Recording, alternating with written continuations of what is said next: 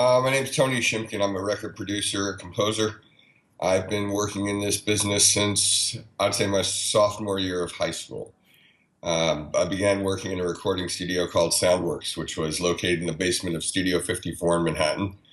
And I guess before it was a primarily a dance remix studio, Donald Fagen's The Nightfly and Steely Dan's Aja were recorded there. Um, and I spent until about I'd say around 1990, 89, I became an assistant engineer in the studio and an editor, and I was working on a lot of big dance remix projects. I paired up with a producer named Shep Pettibone at the time, started working for him after doing a few remixes for Madonna, and we went to work on some more work for Madonna, Mariah Carey, Janet Jackson, Paul McCartney, and a ton of other big artists, and began working on the writing end of things. So we wrote about 7 songs for Madonna's Erotica album. Worked with Taylor Dane at that time and Kathy Dennis and several other artists, and that was really the start of the music career for me as far as production and writing. And then I'd just say, for the last 15 years or so, I've been doing a lot of music for advertising and sync placements and work with music supervisors.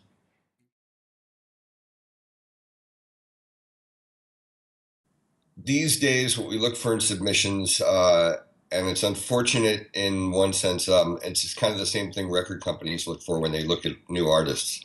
They're looking for a finished product. They're looking for not only a great song, but they're looking for a great production.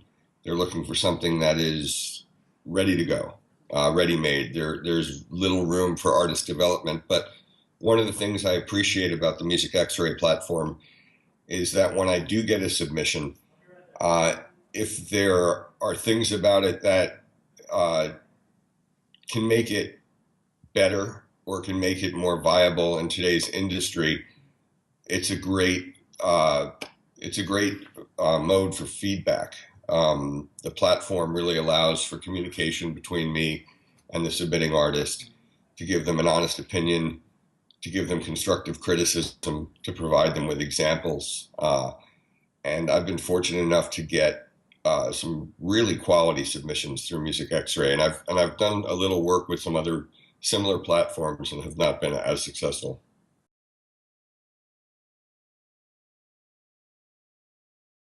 First and foremost, I try to reply to it as timely in as timely a manner as possible. Um, I know it's important when people send out their material, when they spend their hard-earned money to have professionals listen to their music, that it is taken seriously. Um, so I tend to put out very specific requests, along with some general requests, because the sync business in this industry right now, and as far as what TV, film, video games, and advertising are looking for, is so wide open that I do have room to accept kind of just big open submission requests for syncable, licensable, placeable music. Um, so if somebody submits something with me, I'm going to listen to it quickly. I'm going to reply to them quickly, and every so often there are people I can establish a kind of a long term ongoing relationship with. Um, I can trust them, or I can steer them in the direction of how to work to picture, which a lot of people don't know how to do.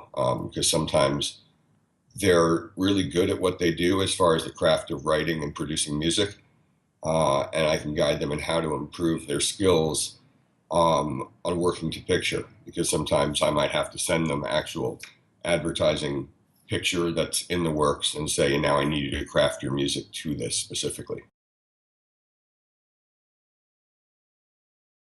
I use Music X-Ray, one because the quality of the platform, uh, to the reach that they have, it really brings me the best. I believe in the monetary aspect because it weeds out some of the material that just may not be ready to be sent out yet.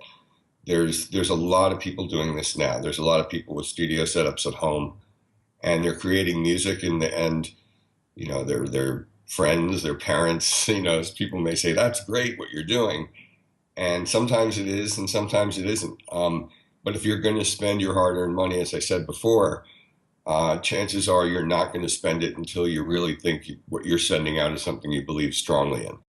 So the quality of the submissions is the main reason I use it. Also, the ability to converse with the artist, to really make the request specific, and also to browse through submissions that are already out there. The needle drop ability to kind of go listen to what the best of the best is out there on Music Xray is great, because somebody may submit something to somebody else and it gets declined. But for my ears or for a project I'm working on, it could be the perfect thing.